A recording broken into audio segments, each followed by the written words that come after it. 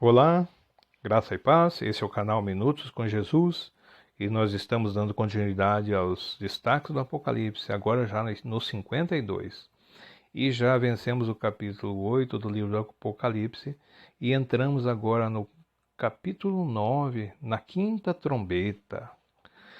E aqui nós vamos começar a entender aquilo que foi falado no versículo anterior, no 13, né?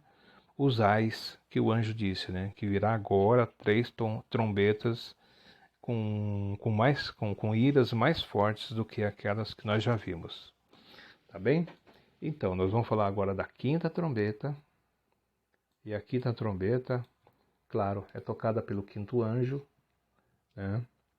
E nós vamos entender então através da palavra de Deus o que temos aqui nesta ira do Senhor. E o quinto anjo então tocou a sua trombeta e vi uma estrela que do céu caiu na terra e foi-lhe dada a chave do poço do abismo. Viu que já caiu uma estrela, que o João interpreta como estrela, né? No, na terceira trombeta. Que nós podemos entender que seja um meteoro, né? Que seja uma outra coisa qualquer. Mas vamos falar dos versículos seguintes. Esse destaque, ele abrange uma série de versículos, do 1 ao 11, mas nós vamos pegar as partes principais do que interessa aqui, para o áudio não ficar muito longe, tá bem? Que você seja paciente, que você goste dessas análises, e vai acompanhar aí com a Bíblia, né? Através do livro do Apocalipse, capítulo 9 em diante, conforme eu disse. A partir do versículo 1. O 1 nós já lemos, vamos falar do 2 então. E abriu o poço do abismo e subiu o fumo do poço, como o fumo de uma grande fornalha. E com o fumo do poço escureceu o sol e o ar. Aqui tem uma correspondência, né? Esse versículo 2 tem uma correspondência no versículo 16:10 que diz. E lá no caso, o quinto anjo lá, da quinta taça, né? Derramou a sua taça sobre o trono da besta, e o seu reino se fez tenebroso. Veja a relação que tem uma coisa com a outra, né? Mais uma vez citando que nós estamos falando aqui que os selos, as trombetas e as taças são camadas, que elas devem acontecer provavelmente no mesmo tempo, mas em subetapas, tá bem? Não estou confrontando ninguém, muito pelo contrário, essa é a nossa interpretação, né? Que a gente pode ouvir outras, né, sem problema.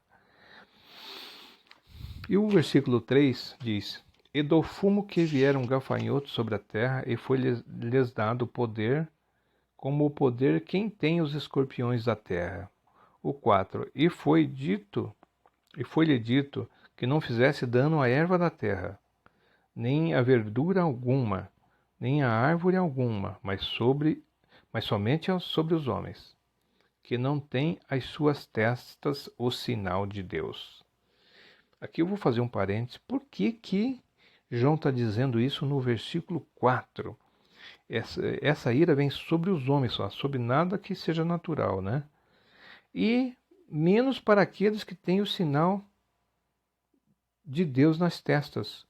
São aqueles que estarão pregando, provavelmente, o evangelho do reino, né? Aqueles que Deus selou para pregar o evangelho do reino durante esse período para as pessoas serem convertidas. Vamos entender isso aí. E o versículo 5 diz assim: E foi-lhes permitido não que os matassem, mas que por 5 meses os atormentassem. E o seu tormento era semelhante ao tormento do escorpião que fere o homem. O 6. E naqueles dias os homens buscarão a morte e não a acharão, e desejarão morrer, e a morte fugirá deles. Imagina? Hoje nós vivemos, né, testemunhos de que pessoas que buscaram a morte e não acharam a morte, muito pelo contrário. Deus estava preparando eles para serem grandes testemunhas, né, do grande poder de Deus. Deus os transformou e os transformou em grandes pregadores da palavra, que hoje alguns ainda estão vivos, né, mas sempre tem aqueles vivos que estão pregando. E o versículo 7 diz: E o parecer dos gafanhotos era semelhante a de cavalos aparelhados para a guerra. E sobre as suas cabeças havia umas como coroas semelhantes ao ouro, e os seus rostos eram como rostos de homens. E coisa estranha, né? É um mistério aí. E o 8 diz assim: E tinham cabelos como cabelos de mulheres, e os seus dentes eram como de leões. E o 9: E tinha couraça como couraça de ferro, e o ruído das suas asas era como o ruído de carros, quando muitos cavalos correm ao mesmo tempo para combate, né? Ou correm ao combate, conforme está escrito aqui. E o 10 diz: E tinham caudas semelhantes ao dos escorpiões, e arguilhões nas suas caudas, e o seu poder era para danificar os homens por 5 meses. Aqueles mesmos 5 meses que eles buscam a morte e não encontrarão, né? E no 11 diz: E tinham sobre si rei, o anjo do abismo, em hebraico era o seu nome Abaddon, e em grego Apolion. Então aqui eu fecho a leitura dos versículos para esse destaque que nós enumeramos como destaque 52. Mas aqui tem bastante coisa para comentar e esse vídeo vai ficar um pouco maior que os demais, mas vai ter informações interessantíssimas aqui, tá bem? Então, essa estrela do mar que do céu caiu na terra, no versículo 1, nós estamos na quinta trombeta, tá? A gente observa que João não percebeu a queda da estrela, mas viu-a já caída do céu. Uma chave aqui é dada para João, tá? O anjo toma e a usa para abrir a porta do abismo. Então, uma chave foi dada para João e o anjo usou para abrir a porta do abismo. Então, essa quinta trombeta, que é o primeiro ai, em sua descrição, ela ocupa um espaço de 11 versículos que nós lemos. Então, porquanto há completa descrição da invasão por parte das hostes infernais sobre a terra, que Deus solta toda a bicharada, né, para que seja jogada no abismo na sequência depois. Então, e aquilo que elas são, né? São hostes infernais, aquilo que elas são. Elas são hostes do inferno mesmo. Então é um espaço extraordinariamente grande que a gente vai ler aqui nessa visão, né? Que deve ser a tremenda modificação, ou seja, a pior modificação que a Terra sofrerá nesse período, né? Que a humanidade receberá e sofrerá sobre sua cabeça. Então, nós podemos aqui dividir em descrição geral, descrição específica dos gafanhotos, descrição do anjo do abismo. Então vamos a eles, né? Então o versículo 2 diz sobre e abriu o poço do abismo, né? E subiu o fundo do poço e tal, e escureceu-se o sol e o ar. O que significa isso? Então nós podemos observar que nesse primeiro estágio, da introdução desse juízo, escureceu o sol e o ar. Na sua consumação, porém, conforme descrito no capítulo 16, a taça, o reino da besta se fez tenebroso e ele também, ou seja, seus súditos, mordiam as suas línguas de dor. Porém, tanto no início como na consumação, o mundo habitável foi mergulhado na escuridão. A taça é poderosa, essa taça da ira. Vai vir para arrasar mesmo a terra. Poucos sobreviverão, certamente. Então, o poço do abismo, o que nós podemos dizer? Alguns estudiosos traduzem também por a fenda do abismo, né? Isto é, porque em grego, pear tem esse sentido, né? De fenda do abismo. Então, o poço do abismo, nós estamos nos referindo, não quer dizer apenas o abismo, no sentido mais comum, né? Mas o poço do abismo, isto é, o mais interior da cova.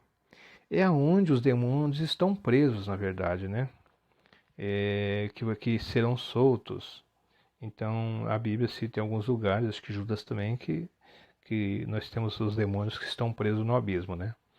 Em Ezequiel 32, 23 tem essa referência também. Ali, porém, por expressa ordem de Deus, né, naquele momento lá que João está lendo, estão encarcerados os poderosos que zombaram de Deus na terra dos viventes. Ou seja, Ezequiel diz que 7 nações desceram ali e que seus sepulcros foram postos no mais interior da cova. Isso é ensinamento de Ezequiel lá, né? E vamos falar um pouquinho do que significa o Hades, né? O inferno, sei lá, o escondido, né? Hades significa o escondido. E a palavra encontra-se em Mateus 11, 23, 16, 18, né? E que é o equivalente de Sheol do Velho Testamento, tá? Hades no Novo, Sheol no Velho.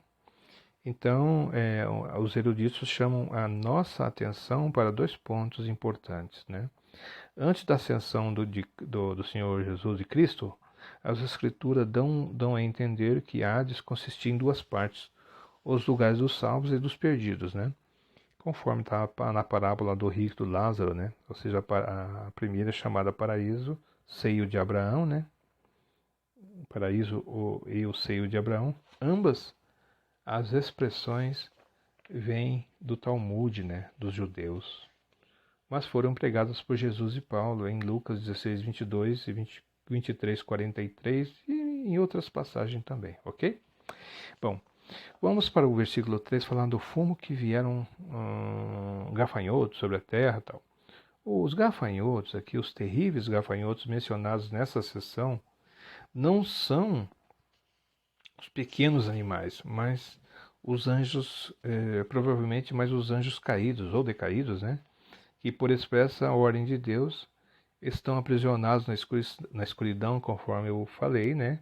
Que a gente pode ver isto em 2 Pedro 2,4 e Judas, versículo 6.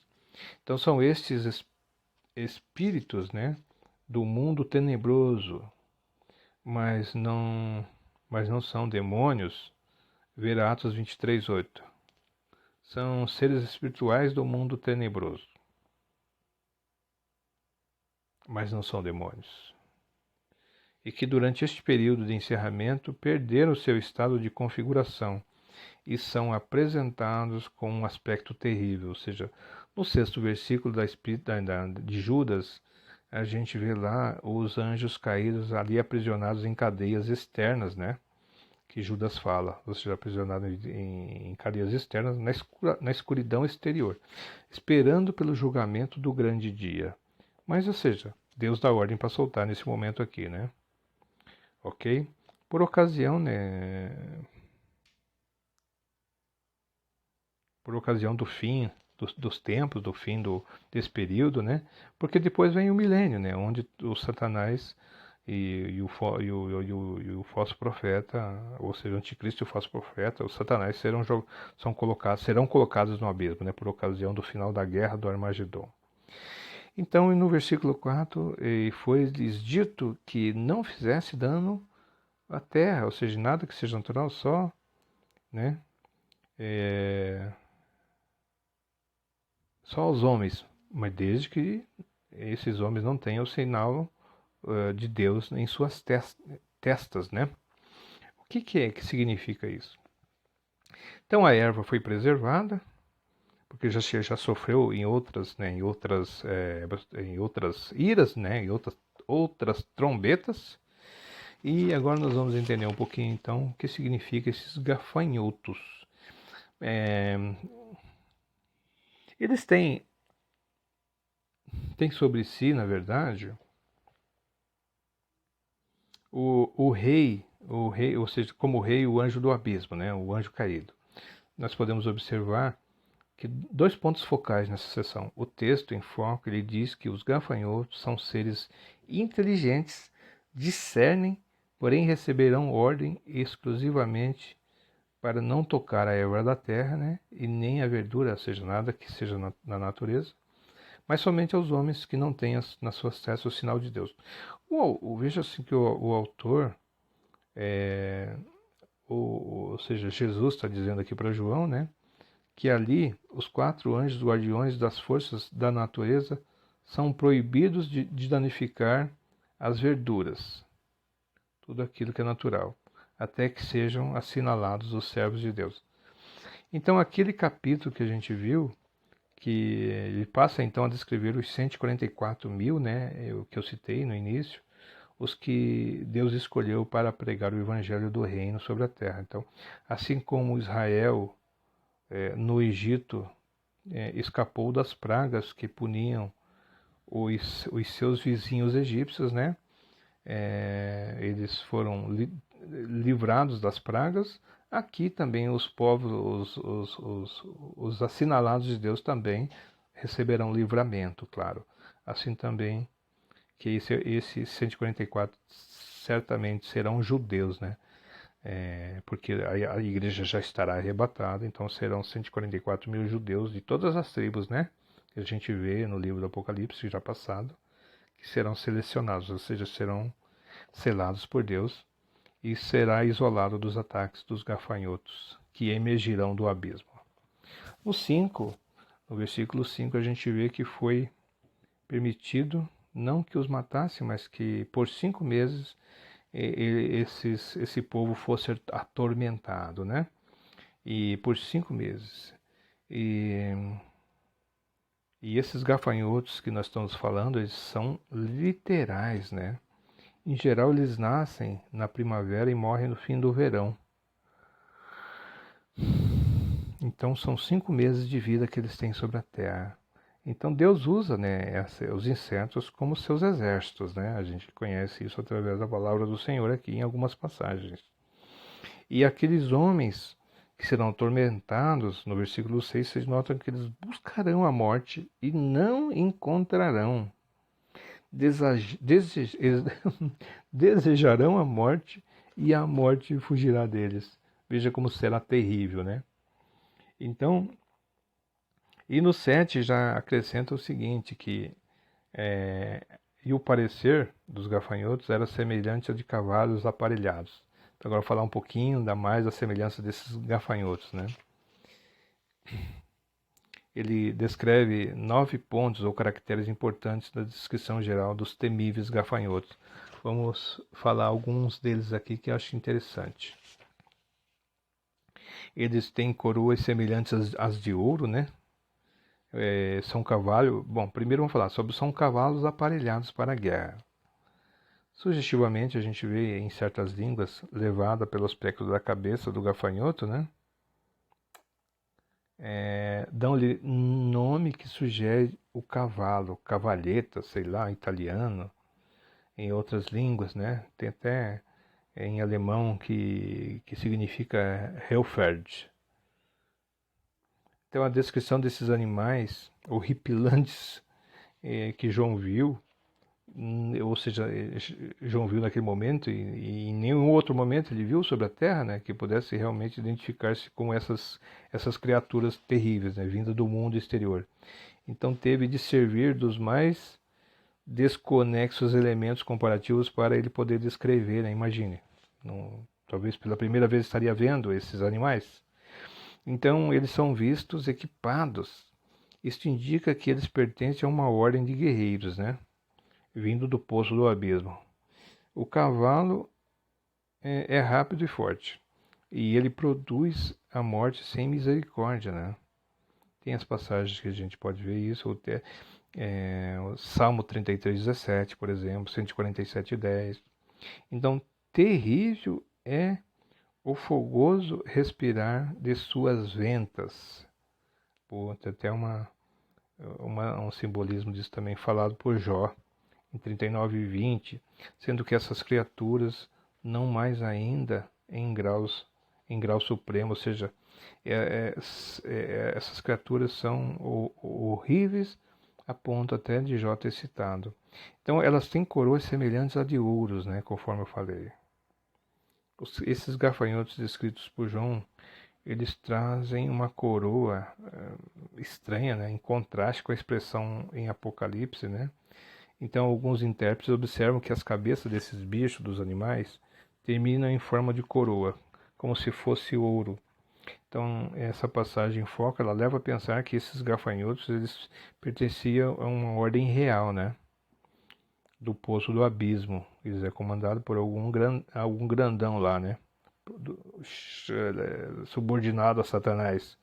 Por cuja razão, né, tinham sim rei, né, o rei dos terrores, é o seu inferno. Dizem alguns que tem hierarquia, né?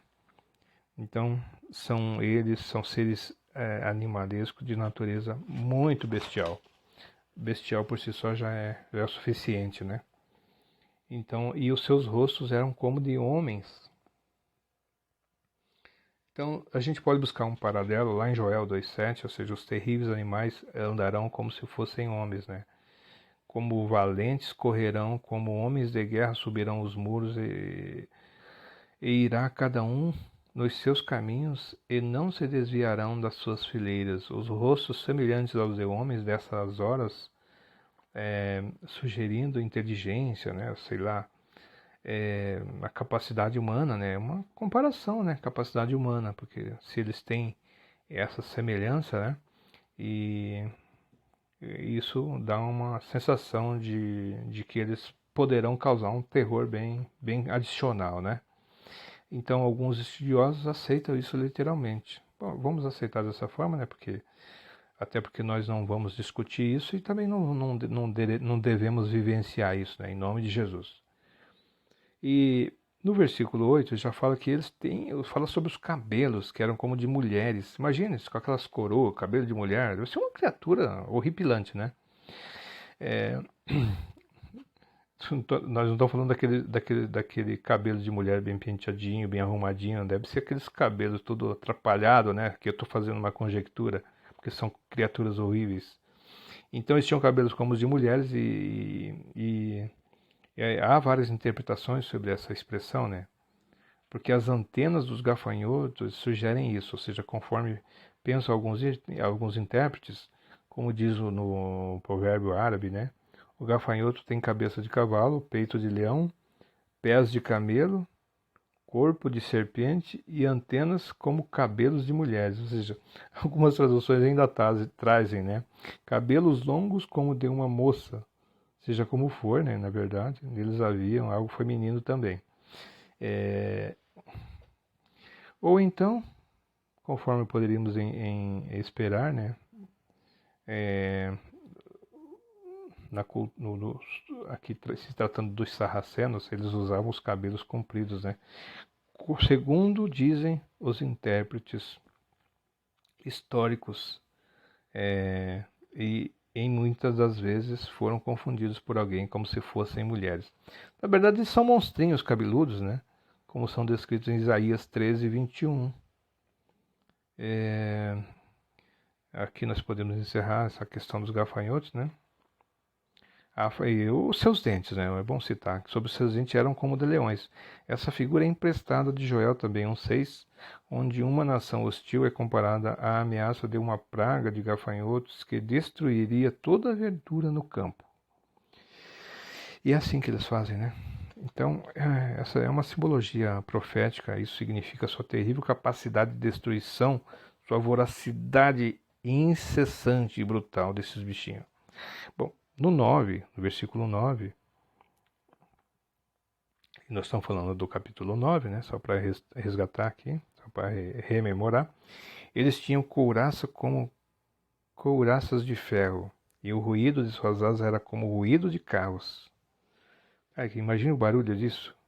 É uns trenzinho barulhento, né? Então temos aqui a sétima descrição deles. Couraças e ruído terrível em suas asas. Esses temíveis animais, eles tinham, por assim dizer, couraças de ferro, né? Esses agentes do inferno, de tortura, eles são imunes a qualquer destruição pessoal, pelo que nós podemos compreender. Bom, e o ruído de suas asas, né? Observa aqui a sequência do paralelismo tirado de Joel 2:5. Ou seja, o livro de Joel nos ajuda muito aqui. Como o estrondo de carros sobre os cumes dos montes irão eles saltando como o ruído da chama de fogo que consome a pragana, como um povo poderoso ordenado para o combate. Eles são soldados do inferno, né, na verdade.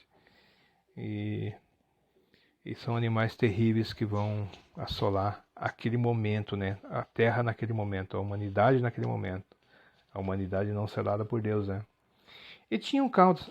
Agora, fazendo um parênteses aqui, por que lá naquele momento vai ter pessoas seladas por Deus? Porque vai estar pregando o evangelho do reino, e aqueles que crer no evangelho do reino, aqueles que não aceitar a marca da besta, provavelmente serão mortos, e serão aqueles martirizados que estarão no trono do Senhor, lá debaixo, né, do altar, que são aqueles que estão indo para lá da grande tribulação, por não ter aceitado a marca da besta, por ter sido convencido, né, pelo evangelho do reino, pela pregação do evangelho do reino.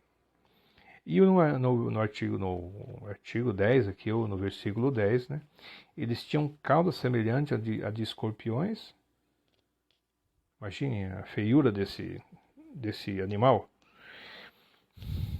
Nem vou detalhar muito aqui, porque acho que não compensa mais, né? Nosso vídeo está um pouco longo. E no 11, para fechar, então, eles tinham sobre si rei, né, o anjo do abismo. Ou seja, o anjo desse texto em foco é o próprio Satanás, né? E ele é mencionado em 7 livros do Antigo Testamento e em 19 no Novo. Ou seja, tem cerca de 25 nomes nas Escrituras. Não vamos também dar tanto nome aqui, né?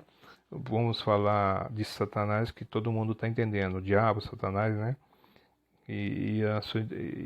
Porque são só identidades, né? Então ele é realmente chamado na poesia de rei dos terrores, conforme está lá em Jó, né? A poesia de Jó, né? 18:14. Bom, aqui nós podemos encerrar então.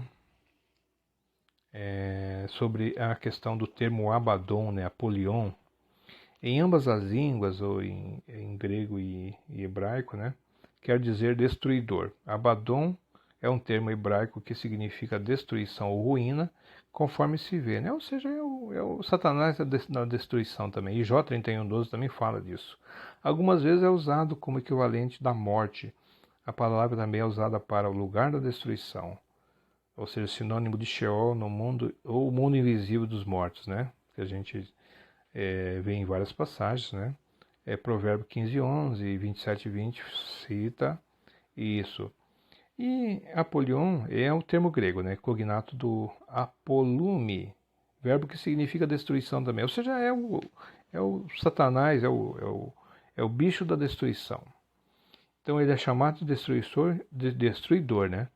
Porque do ponto de vista divino de observação é o que ele é, e é o que João fala, né, em 10:10, né?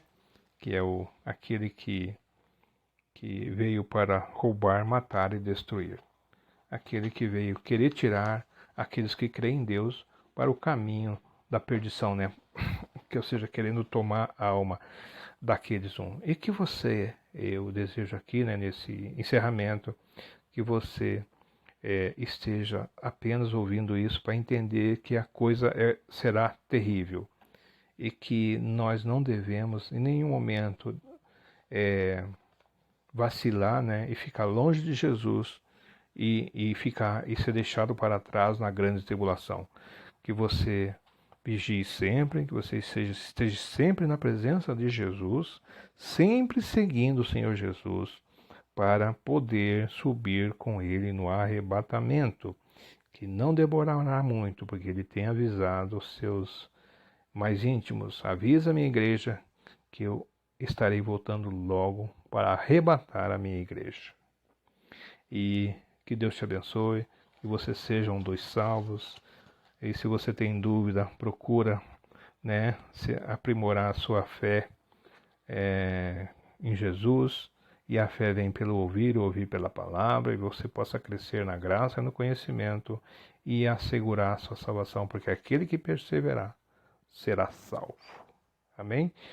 Então Jesus é aquele, né, que vive e reina para sempre. Que Deus te abençoe, você possa curtir, compartilhar e continuar seguindo todos os destaques que virão pela frente, que tem muita coisa boa, tá? Que Deus te abençoe, em nome de Jesus. Amém.